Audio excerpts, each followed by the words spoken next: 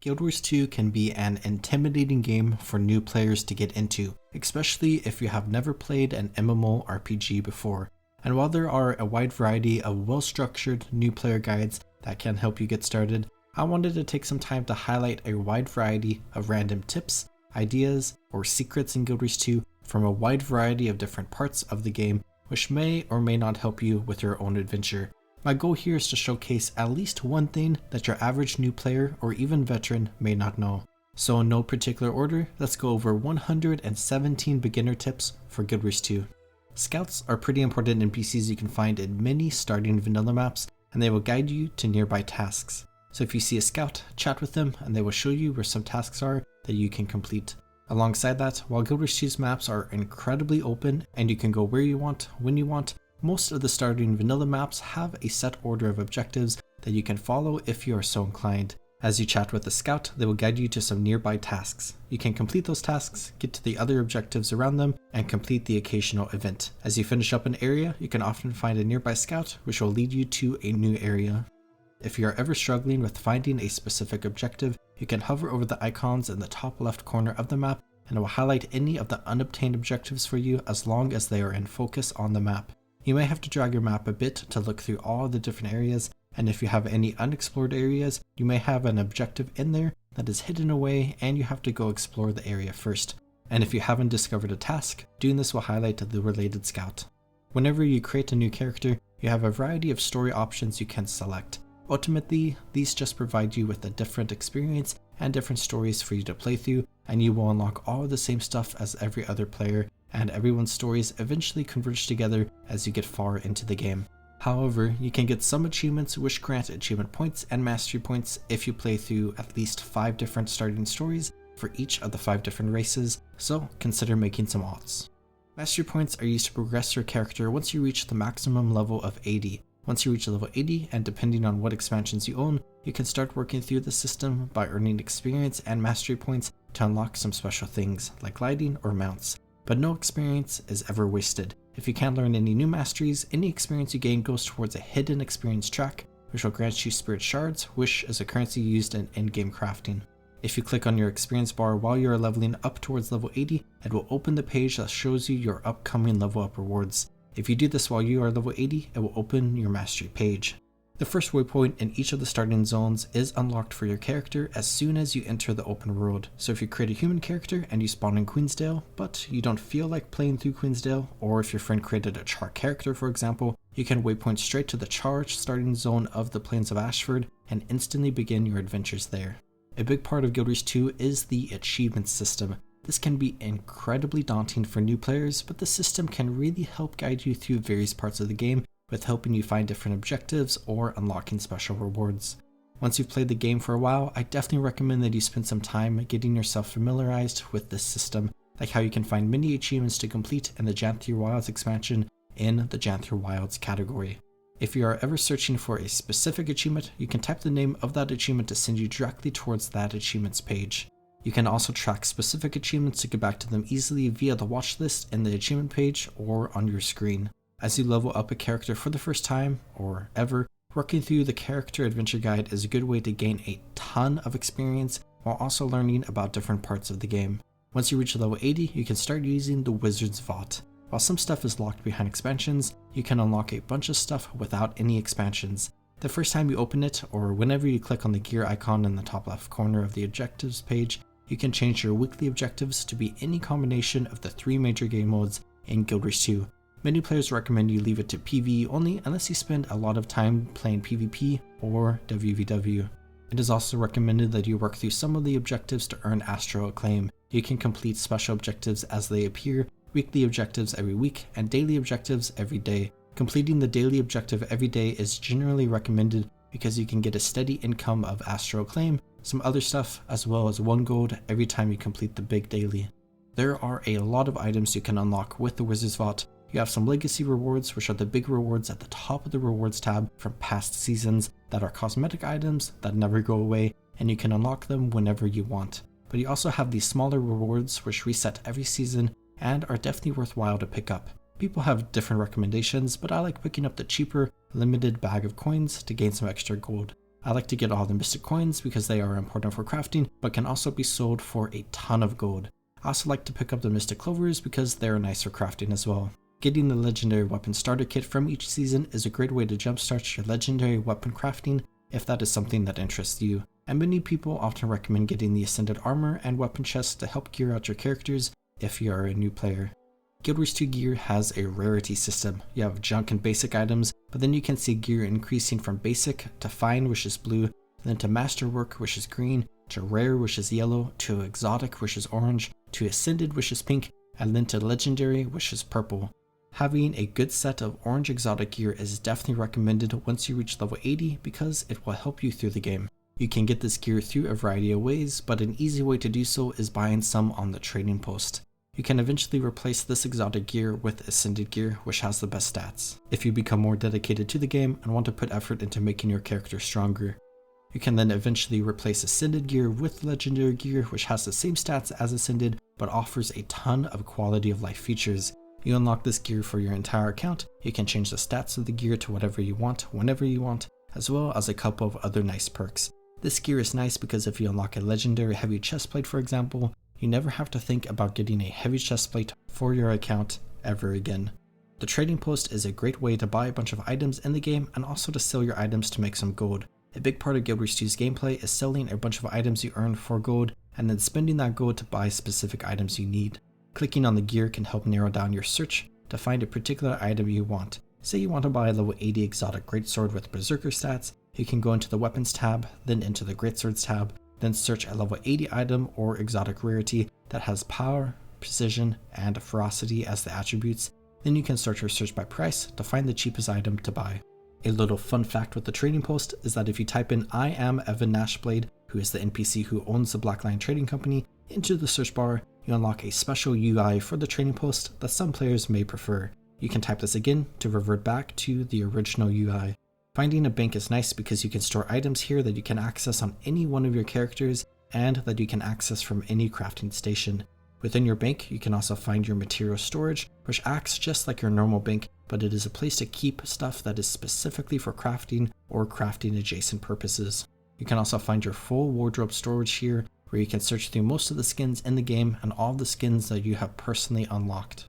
Going back to your material storage, you can press this little button in the top right corner of your inventory that is a box with a downwards arrow to instantly deposit all of the crafting materials you have in your bags straight into your material storage, assuming you have the space. You can also find the gear icon right next to it to open up a few customization options for your inventory. Many people like to hide their bags so that their entire inventory is one big box. Your inventory may be messy, but you can search for a specific item in the top search bar. One neat trick you can do with the search bar is to type in a keyword like open to show all the little loot bags you can open that you've gotten from mobs or events.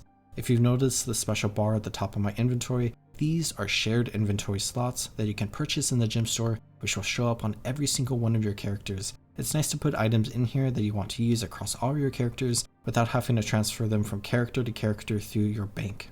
A button that a lot of new players seem to miss is the coin icon in the bottom left corner, which opens your wallet, which allows you to see all the different currencies you have available on your account. This game has a lot of currencies for a lot of different areas of the game. One final inventory tip for you is that you can craft or buy special types of bags. Normal bags let you put any item you want in them, but you can buy certain bags which will do certain things. Invisible bags will hide items from vendors and the trading post and will not be auto-sorted into your material storage. Equipment bags will have equipment you earned go to those bags first. Craftsman bags will have crafting materials you earned go to those bags first. And oiled bags will have junk items you earn go to those bags first. Most players don't mess around with this and just use normal bags for everything. A lot of the loot you get later on in the game is in the form of unidentified gear. You can double click this to identify a random piece of gear that goes into your inventory, or you can salvage it straight up. Personally, I like to salvage all blue and green unidentified gear, then sell any yellow on the trading post, but many players recommend identifying everything, then salvaging any blue and green gear you identify, and selling any yellow or higher quality gear you get. When you salvage gear, you will earn essences of luck. You can double click these to consume them to increase your magic find up to a pretty high cap. This will allow you to earn slightly more and more items, and in turn slightly more and more gold as you continue playing. You could also save these to use them as a currency during the Lunar New Year festival. Guild Wars 2 has 6 annual festivals, which happen roughly every 2 months from each other. These festivals offer a variety of fun activities where you can get some special items, many of which are cosmetic, but there are some opportunities to get decent gear and also earn a ton of gold depending on what festival you are playing. It's definitely recommended that you try out the activities in each festival to see if you have fun doing them, but obviously no pressure if you don't. There are also a variety of other events that happen throughout the year. You have your traditional expansion releases, major updates, and minor updates that are announced and released, but you can find some common annual events like the April Fool's Festival, which is a week of random silly shenanigans, or the Extra Life Charity, where you can donate money to a real charity inside of the game to get some cosmetic items. You then have a variety of bonus weeks that happen randomly, which highlights activities like PvP or older pieces of PvE content. As you start playing through Guild Wars 2, it is highly recommended that you level a character to level 80 naturally for the first time before buying a level 80 boost. The level 1 through 80 experience is kind of like a massive tutorial and walkthrough of the game. A common thing we see in the community is players thinking they'll just skip to level 80 so they can start doing raids or whatever, then getting overwhelmed because they have no idea how their class works, and getting frustrated, then quitting because they didn't put time in to learn the game. To that end, the entire world of Guild Wars 2 is massive. If you are starting to play for the first time, it is definitely recommended to try out a lot of different types of content, do some map completion, do some dungeons, do some PvP, and so on and so forth. As you learn what you like to do or don't like to do, play the game accordingly. Alongside that, the leveling experience in Guild Wars 2 is incredibly open-ended. You can gain experience from almost anything, be it exploring the world, mining some ore, killing some monsters, and through many other methods. While some things are slower than others, as long as you are playing, you are likely progressing towards level 80. As you level towards 80, and as you reach level 80, you can unlock a bunch of different weapons, skills, and traits that allow you to customize a combat build for your character. It is definitely a good idea to mess around with different stuff as you level up so you can get a feel for how different skills work. As you reach level 80, and if you want to take the game more seriously, you can start looking at builds online, which will allow you to pick some powerful options and learn some powerful combinations to beat difficult content. When it comes to the open world, pretty much anything goes for most pieces of content, but as you start doing things like raids, you will likely want to take time to learn how to play a specific build so you can contribute to your team. Just don't feel too pressured to do anything specifically unless you want to take the game super seriously. A fun detail in Guild Wars 2 build crafting is how you can copy-paste build codes in-game. This is an easy way to load a build onto your character, assuming you have everything unlocked, and to also share builds with other players in-game. As you complete hero challenges around the world, you will unlock hero points, which are used to learn new skills and passive traits. Hero challenges and expansion maps from the Heart of Thorns, Path of Fire, and End of Dragons will reward 10 hero points instead of 1 compared to vanilla maps, which doing these hero challenges is a great way to unlock everything, especially since elite specializations require more hero points to unlock compared to other stuff. Specializations are different trait lines that you can slot in for your specific profession, also known as a class. Each trait line can really change up how your profession plays and what your character does, where you can have a total of 3 at one time. Elite specializations allow you to replace one of the normal specializations with a powerful version of your profession. These are essentially subclasses that dramatically change up how your profession is played and unlocks a whole new world of gameplay options within each elite specialization. You can only have one elite specialization active at a time. You may have heard what I just said and think that if you don't have access to elite specializations, you will struggle in the game. While that may be true to some extent, all vanilla content was designed without elite specializations in mind, and there are many competent builds for every area of Guild Wars 2 that stand toe-to-toe with builds that use elite specializations. If you start seeing this man, don't be alarmed. It started because you unlocked an achievement called Anomaly Sighted when you saw a legendary leyline anomaly boss appear in certain maps. You can get rid of these guys by completing an absolutely phenomenal adventure through an achievement called Burden of Choice. This is content that is connected to the Living World Season 3 story, but is not a main part of that story. If you are confused about how the story structure works, it can be confusing, but is ultimately pretty simple. If you navigate to the Story Journal tab, you can see the entire Guild Wars 2 story organized in chronological order. My story, also known as the personal story, as well as Living World Season 1, is free for all accounts. Living World Season 2 is available for players without any expansions, but you do have to purchase it. Everything from Heart of Thorns through End of Dragons can be confusing, where you see different purchase options. Living World Season 3 requires Heart of Thorns, while Living World Season 4 and the Iceroot Saga requires Path of Fire. Secrets of the Obscure and Janthir Wilds are completely standalone, and you can purchase them individually if you so desire. Just like with any money-based purchase, you should come to a financial decision that is appropriate to you and your financial needs. If you do want some advice, many players, including myself, would suggest buying the Heart of Thorns and Path of Fire combo, as this will provide you with a ton of content, including a bunch of raids, a bunch of great opportunities to earn gold, and so much more. It is also nice to have the expansion that is newest, so buying Janthir Wilds, or whichever expansion is newest when you watch this video, is a nice option. If you want to play through every piece of content in Guild Wars 2, you will have to buy everything. The easiest way to do that is buying the Elder Dragon Saga Complete Collection for 100 USD, then Secrets of the Obscure as well as Janthir Wilds for $25 each for a grand total of $150. The specific pricing will likely change in the future as more expansions release and older content becomes older. There are also occasional sales.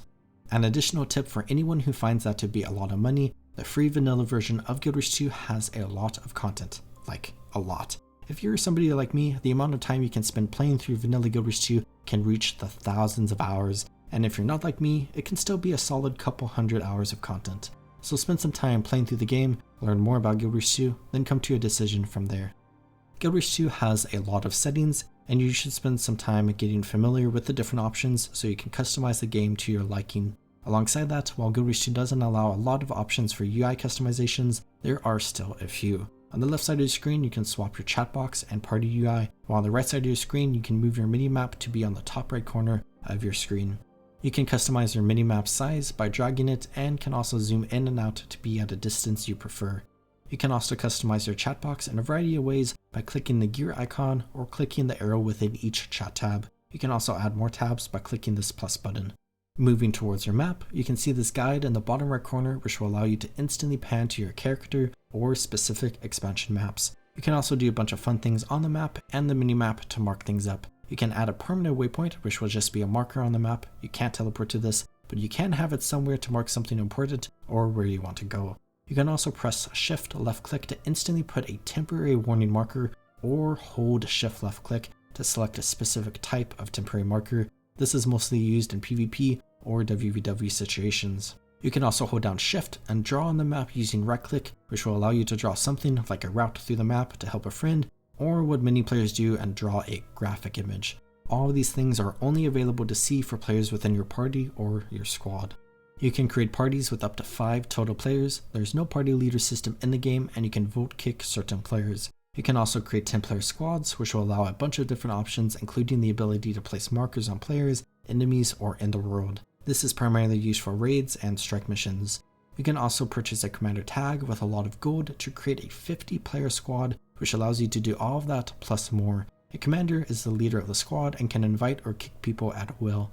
This is primarily used for WVW or massive open world events. You can find a slightly rudimentary looking for group bulletin board tool where you can see where different players or commanders of squads are advertising a certain activity that they are doing which others can join. You can add friends to your friends list so you can easily find players again and know when people log in. You can also block people if you so desire. Followers are people who have you on their friends list, but you don't have them on yours. Mentor tags are unlocked as a part of the Pack Commander Mastery Track by doing vanilla Guild Wars 2 content. These are free versions of a commander tag that don't have any squad utility, but can be used to put a marker on a map to show where an event or hidden chest or something is while that player is there. You can often find people using a mentor tag in starting areas for their intended purpose, where those players are usually happy to answer any questions you may have. If you are a mentor, you can type /mentor in chat to instantly turn on or off your mentor tag. If you're ever curious about how many hours you have spent playing this game or a specific character, you can type /age in your chat box. You can also type /deaths to see how many times you have died. You can also type a variety of /emotes to do various emotes like /dance or /laugh. You can type emote and then a custom message to show a custom emote message.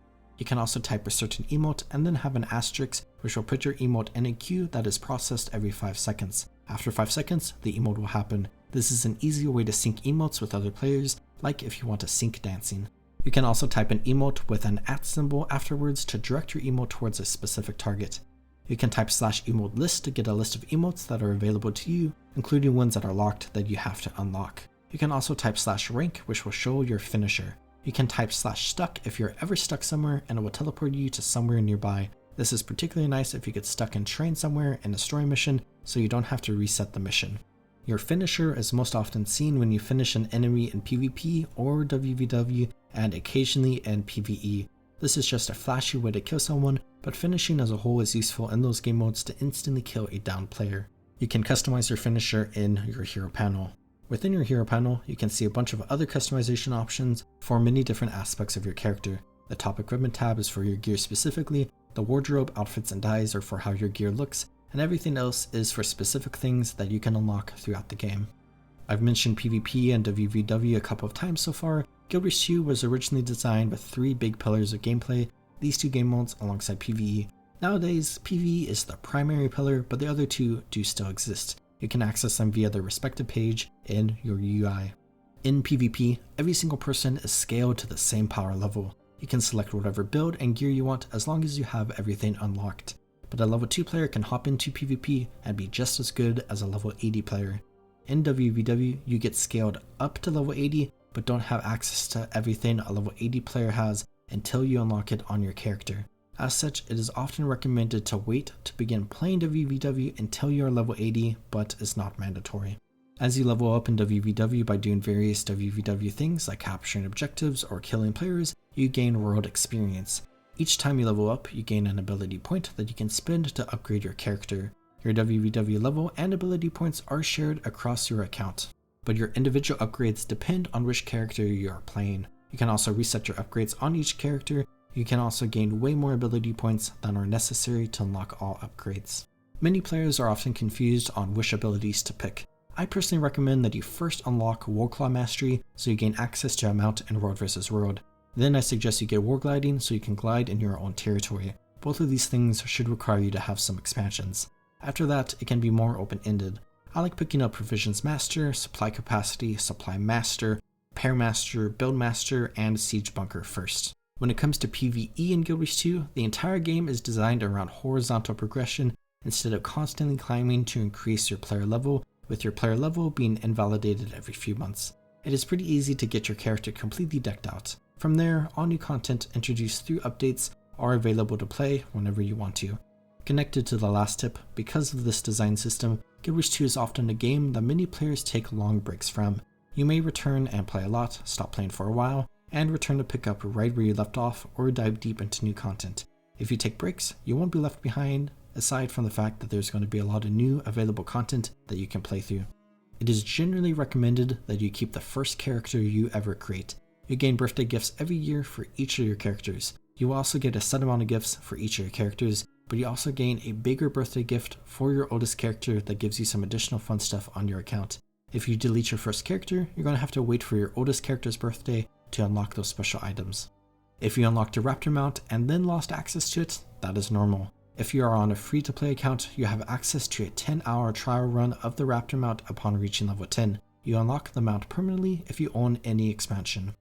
Less of a tip and more of a fun fact that may be useful for some players is that the ornery crabs you can find in certain maps are neutral to you. However, they will begin to threaten you when you approach them, and if you're near them for too long, they will turn aggressive against you, so be careful of going AFK near one.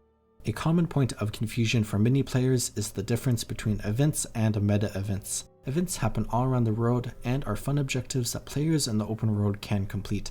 Some events can chain together into an event chain, where one event will lead to another. Meta events are basically massive event chains that require a lot of players. Most world bosses and the biggest moments in the open world happen during meta events, as you complete many challenging events with a lot of players and fight massive bosses.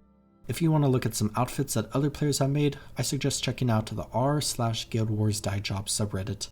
Similarly, if you like cheesy jokes, I suggest checking out the r/Traherne Jokes subreddit.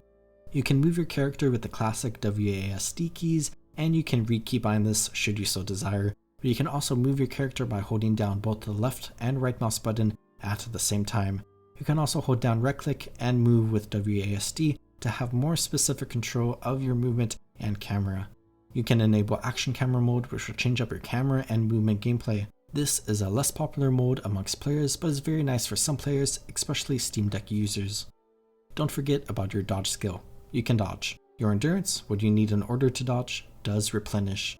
Alongside that, be aware of your ability to move out of dangerous areas without dodging. This can save your dodges if needed, and you can continue fighting while moving. Servers don't really matter. Way back in the day, servers mattered in PvE, but the game systems were transitioned to a mega server system, so everyone can play with everyone as long as you are in either NA or EU. Servers, much more recently, used to matter for world versus world, but that is no longer the case as there is a newer matchmaking system in place. You often get items that are for tasks or events. If you have completed that task or event, you can delete them to clear up inventory space. You can also occasionally send them to other players or sell them on the trading post if you wish, but not always. If you are often low on backspace, you can go to the trading post and buy 18 slot bags for pretty cheap. Just type 18 slot in the search bar.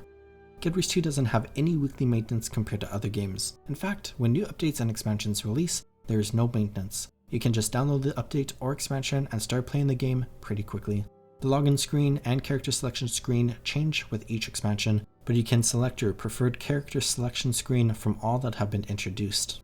An underthought about mechanic in Guild Wars 2 is the combo system. You can put down skills that have the tooltip of combo field, and then use skills that have the tooltip of combo finisher within those fields to get special effects. The common example is putting down a fire combo field and shooting arrows through it to light those arrows on fire to deal more damage. This works between multiple players and is occasionally a pretty important part of combat. Guild Wars 2's combat system has changed a lot over the years. We now see players able to create healer builds where they can heal their allies. This is particularly useful in in-game content like raids, but can be nice in the open world if you're doing a big meta event. Alongside that, we also see the occasional tank build in the game, as many raid bosses focus on tanks. However, most tanks in Guild Wars 2 are just other builds who happen to meet the parameters to tank as well. Outside of that, most players are straight DPS, but there are also boon support roles that focus on providing boons, particularly the incredibly important alacrity and quickness boons to other players. You often see these positions be DPS boon supports or healing boon supports, where they combine two of the elements together in one. Boons, like quickness or alacrity, can improve your character with temporary buffs. There are a lot of these, like swiftness, which increases movement speed. Quickness is the boon that will make your character attack and use skills faster. Alacrity is the boon which will make your abilities recharge faster. Groups having a 100% uptime of these two buffs is one of the main parts of Guild Wars 2's combat. There are also conditions which you can apply to enemies which will deal damage over time. We see two primary forms of DPS gameplay: condition DPS who focus on applying conditions, and power DPS who focus on dealing straight up damage. Maybe the most important aspect of in-game Guild Wars 2 combat, and maybe the most controversial, is how important the idea of a death ball is while fighting. Outside of players doing specific mechanics in fights, you pretty much want everyone fighting a boss to be stacked together so everyone gains boons and can be healed. Similarly, you'll often want to try to group enemies up together to be close to each other so you can cleave them down all at the same time. There are a variety of crowd control abilities available to each profession that allow you to knock down enemies or manipulate their positioning. This is important to group up smaller enemies together so you can cleave them down. When it comes to fighting bigger bosses, they can't be moved around like normal enemies, but instead have a defiance bar, also known as a break bar, underneath their health bar. When this break bar appears, you can use those crowd control effects to deplenish it to interrupt the boss's attacks and gain a moment of advantage where you can focus on attacking the boss. If you are ever looking for veterans to kill for a daily or weekly objective, may I suggest coming to the Witchmire Waypoint in Caledon Forest. There are often 4 veteran moss hearts and 1 to 2 veteran jungle trolls around here who are easy to kill. If you are ever looking for a quick elite enemy to kill for a daily objective, may I suggest entering the explorable mode version of Ascalonian Catacombs and killing the first enemy inside.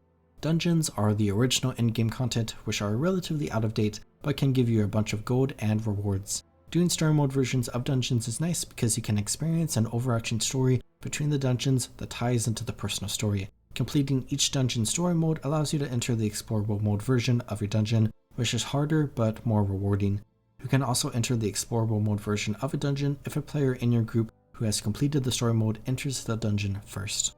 One area that many players don't know how to get to while doing map completion is this point of interest in Keswick Cells known as the Togato Grounds. You can enter this area southwest of here in an underwater tunnel in the Eucarian Caves. You can enter the Chantry of Secrets in Bloodtide Coast to find a point of interest which counts for road completion. If you are exploring Queensdale, there's this door just east of Shamor that you can open to enter a special area that is a mini dungeon. An area in Metrica Province which doesn't have any map completion objectives but can be explored and has events is Calx's Hideout. This is only accessible if the Asura Gate in the Ak Wilds has been repaired from nearby events. The final few tips that I have for you, which I believe are the biggest tips in this video, is to utilize the Guild Wars 2 wiki. In my opinion, Guild Wars 2 has the single greatest wiki out of every single video game wiki out there. The only contender is the Stardew Valley wiki. And the Guild Wars 2 community as a whole is incredibly grateful for all of the players who dedicate so much time to make the Guild Wars 2 wiki as expansive and comprehensive as it is. There are fully fledged guides, walkthroughs, and tutorials for almost anything in the game that you can find in the wiki, with a ton of important information related to crafting, gathering, leveling, raiding, and everything else in Guild Wars 2.